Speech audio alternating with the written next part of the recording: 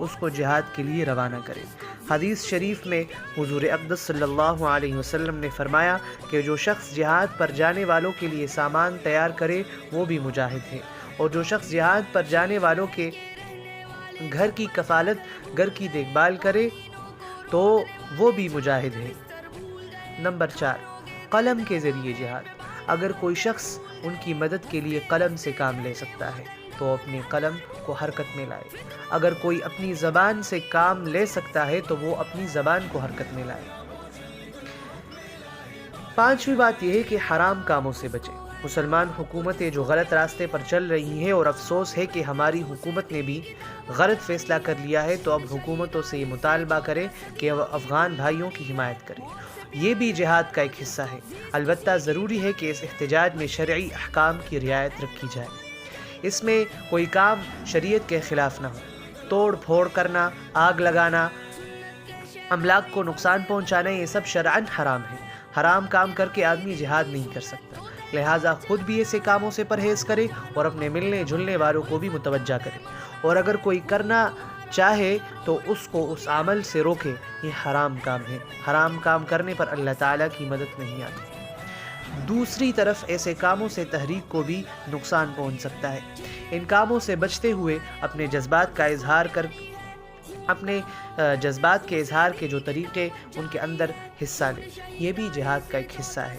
لہذا ہر شخص اپنا جائزہ لے کہ میں اپنے بھائیوں کی کیا مدد کر سکتا ہوں اور کس طرح مدد کر سکتا ہوں، اس طرح مدد کی جائے۔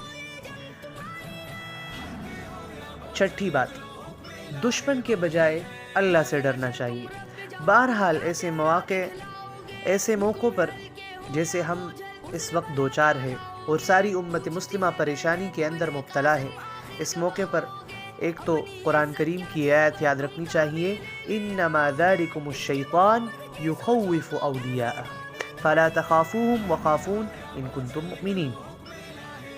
بے شک یہ شیطان ہے جو تمہیں مرعوب کرنے کے لیے اپنے دوستوں یعنی ہم مذہب کفار سے ڈرانا چاہتا ہے، لیکن اگر تم مومن ہو تو ان سے ڈرنے کے بجائے مجھ سے ڈرو۔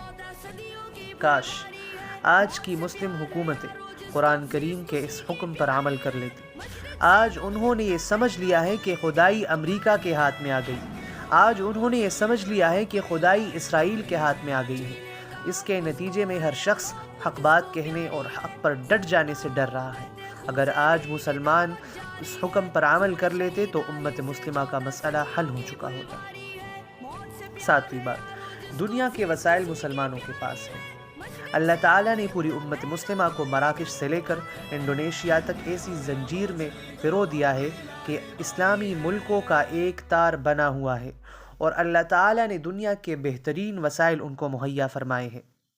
ان کے پاس وہ سرمایہ ہے جس پر دنیا رشک کرتی ہے۔ ان کے پاس تیل ہے جس کے بارے میں کہا جاتا ہے کہ بہتا ہوا سونا ہے، یہاں تک کہ یہ مقولہ مشہور ہو گیا ہے کہ جہاں مسلمان ہوتے ہیں وہیں پر تیل ہوتا ہے۔ اس کے علاوہ بہترین انسانی وسائل اللہ تعالیٰ نے مسلمانوں کو عطا فرمائے ہیں۔ آج مسلمان ساری دنیا کے بیچوں بیچ آباد ہیں۔ ان کے پاس جنگی حکمت عملی کے اعتبار سے وہ مقامات ہے کہ اگر یہ ان کا صحیح استعمال کرے تو ساری دنیا کا ناطقہ بند کر سکتے ہیں۔ ان کے پاس آبنائے باسفورس ہے، ان کے پاس نہر سوئز ہے۔ مسلمانوں کے روپے سے امریکہ ہے۔ ایک بات یاد رکھنی چاہیے کہ مسلمانوں کے روپے سے امریکہ ہے، اور انہی مسلمانوں کا روپیہ جس نے امریکہ کو امریکہ بنایا ہوا ہے۔ مسلمانوں کے روپے امریکہ کے بینکوں میں رکھے ہوئے ہیں۔ آج اگر مسلمان وہ روپے وہاں سے نکال لے تو ان کی معیشت بیٹھ جائے۔ 8ویں بات، اللہ تعالیٰ پر نظر نہ ہونے کا نتیجہ۔ یہ ساری طاقتیں اللہ تعالیٰ نے مسلمانوں کو عطا فرمائی ہیں، لیکن یہ ساری طاقتیں اس وجہ سے بے اثر ہو گئی ہے کہ اللہ تعالیٰ کی ذات پر بھروسہ نہیں، اللہ تعالیٰ کی طرف نگاہ نہیں۔ اس کی وجہ سے ہم پر ایسی حکومتیں مسلط ہے جو امریکہ کے کارندے ہیں، اس کے اہلکار ہے، اس کے پٹھو ہے جو ساری مسلم دنیا پر مسلط ہے۔ اس کے نتیجے میں یہ دن دیکھنے پڑ رہے ہیں۔ اگر اللہ تعالیٰ سے خوف ہوتا اور دشمن کو خدا سمجھنے کا تصور دل میں نہ ہوتا تو آج یہ دن دیکھنے نہ ہوتے۔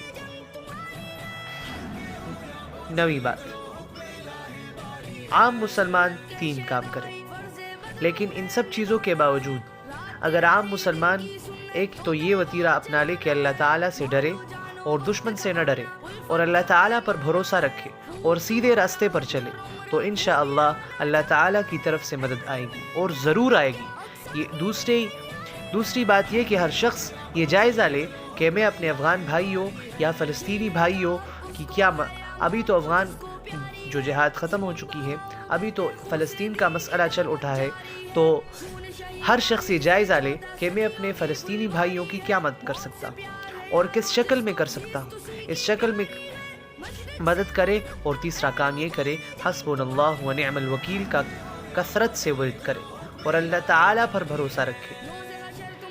اللہ تعالیٰ کی رحمت سے امید ہے کہ اب اس متکبر کے دن گنے جا چکے ہیں۔ اللہ تعالیٰ کی رحمت کے بھروسے پر کہتا ہوں کہ اس کا غرور ٹوٹ کر رہے گا اور اس کا غرور خاک میں ملے گا۔ اللہ تعالیٰ اس کا سر نیچا کر کے دکھائیں گے۔ 10ویں بات، اللہ تعالیٰ سے رجوع کرے، اور یہ مدد تو ہر وقت ہر مسلمان کر ہی سکتا ہے کہ اللہ تعالیٰ کی طرف رجوع کرے اور اللہ تعالیٰ سے رو رو کر اور مچل مچل کر دعائیں مانگے کہ یا اللہ اس متکبر کے غرور کا انجام ہمیں اپنی آنکھوں سے دکھا دیجیے۔ اللہ تعالیٰ نے ایک سپر پاور کا انجام ان گناہگار آنکھوں کو دکھا دیا اور اس کے ذریعے مسلمانوں کے دلوں کو ٹھنڈا کر دیا۔ اب اس متکبر امریکہ نے اس زمین پر خدائی کا دعویٰ کیا ہوا ہے، اللہ تعالیٰ اس کا انجام بھی مسلمانوں کو اپنی آنکھوں سے دکھائے چلتے پھرتے۔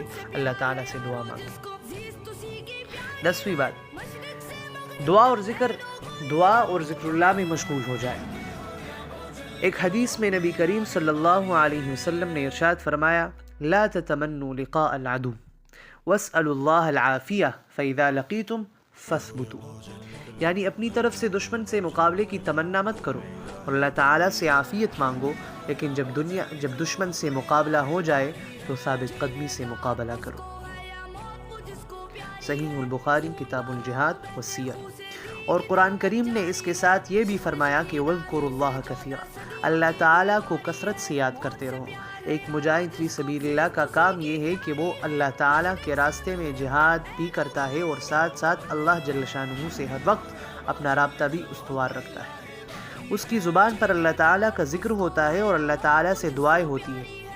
اس لیے اللہ تعالیٰ سے دعا کرو، چلتے پھرتے دعا کرتے رہو کہ اللہ تعالیٰ امت مسلمہ کی مدد فرمائے اور اس کے دشمنوں کو تباہ و برباد فرمائے اور ان کے غرور کو خاک میں ملائے، آمین۔ اور اللہ تعالیٰ اپنے فضل و کرم سے اور اپنی رحمت سے ہمیں وہ کام کرنے کی توفیق دے جو ہمارے ذمہ فرض ہے، آمین۔ مالی تعاون کے لیے ہمارے شہر کراچی میں اس وقت کئی ادارے کام کر رہے ہیں، ان کے ذریعے مالی تعاون کر سکتے ہیں۔ وآخر دعوانا ان الحمد للہ رب العالمین۔